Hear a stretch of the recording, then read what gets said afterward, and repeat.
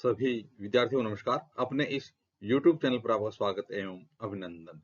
हाँ तो विद्यार्थियों, आज हम संस्कृत भाषा के अंतर्गत कर्म रहित वाक्यों को कर्म पूर्वक संयोजित करेंगे। हाँ तो विद्यार्थियों, आज एक कथा के माध्यम से हम देखेंगे कि किस प्रकार से जो वाक्य हमें संस्कृत में दिए गए हैं वो कर्म रहित हैं और उनको यदि हम कर्म पूर्वक संयोजित करेंगे तो किस प्रकार से वो वाक्य संयोजित होंगे। तो शुरू करते हैं विद्यार्थियों आज का वीडियो।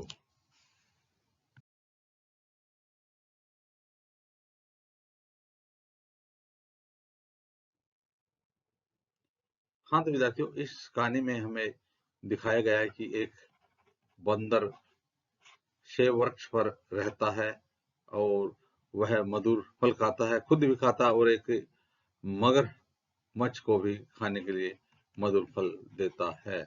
एक बार मगरमच्छ सोचता है कि जो इतना मधुर फल खाता है उसका हृदय और ही मधुर होगा, इसलिए वह मगरमच्छ उस बंदर का हृदय खाना चाहता है।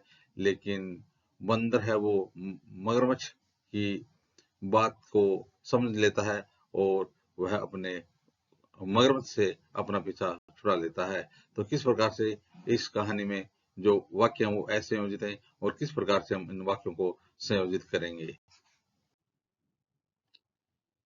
हाँ तो विद्यार्थियों, अब देखते हैं असंयोजित वाक्यों को और हम उसको किस प्रकार से संयोजित करते हैं। पहला वाक्य दिया हुआ है, तस्य शाखायाम वादरः वसति सम। तस्य शाखायाम, उसकी शाखा पर, वानर है बंदर, वसति सम रहता था, यानी उस वृक्ष की शाखा पर बंदर रहता था।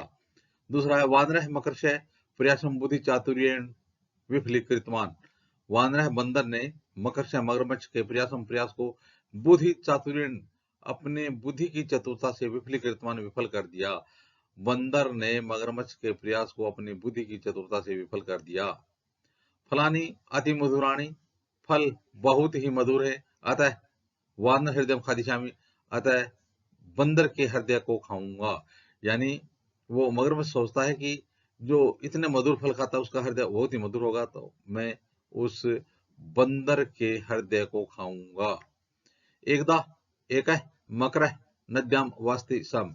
एकदा एक बार एकः मकरः एक मगरमच्छ नद्याम नदी में वसति सम रहता था। एक बार एक मगरमच्छ नदी में रहता था। मकरः वानरेण पतितानि मधुर फलानि आस्वाद्य अचिंत्यत।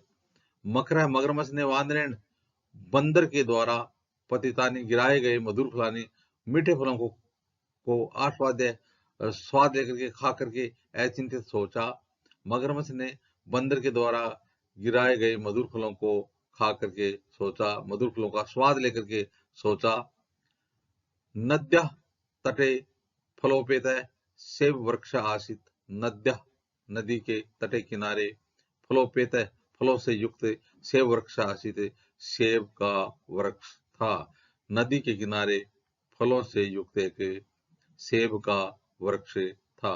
तो अब हम इन वाक्यों को किस प्रकार से संयोजित करेंगे। तो देखिए, सबसे पहले आना चाहिए ना क्या, कि एकदा एकः मकरः नद्याम वसति सम। एक बार एक मगरमच्छ नदी में रहता था, यहां से शुरू होगा ना। अब दूसरा वाक्य होगा, नद्या तटे फलोपेतः सेब वृक्ष आसीत। नदी के किनारे फलों से युक्त सेब वृक्ष था, सेब का वृक्ष था। नदी के किनारे फलों से युक्त सेब का वृक्ष था।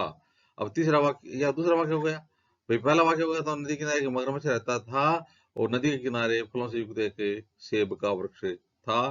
तीसरा वाक्य क्या हो जाएगा, तस्य शाखायाम वानरः वसति सम। तस्य शाखायाम, उसकी शाखा पर एक बंदर रहता था। एक वृक्ष था, वृक्ष पर फल थे और उस वृक्ष की शाखा पर एक बंदर रहता था।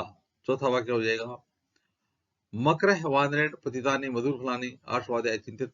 मगरमच्छ ने बंदर के द्वारा गिराए गए मधुर फलों को खा करके सोचा, मधुर फलों का स्वाद लेकर के सोचा। किसने सोचा, बंदर मगरमच्छ ने सोचा। तो यह हो जाएगा 4 नंबर। तो मगरमच्छ ने बंदर के द्वारा गिराए गए मधुर फलों को खा करके सोचा, मधुर फलों का स्वाद लेकर के सोचा। 4 नंबर हो गया। अब 5 नंबर पर होना चाहिए फलानी अति मधुराणी, फल बहुत ही मधुर है, अतः वानर हृदय खादिशामी, अतः बंदर के हृदय को खाऊंगा, यानी बंदर का हृदय और ही मधुर होगा। यह 5 नंबर हो जाएगा।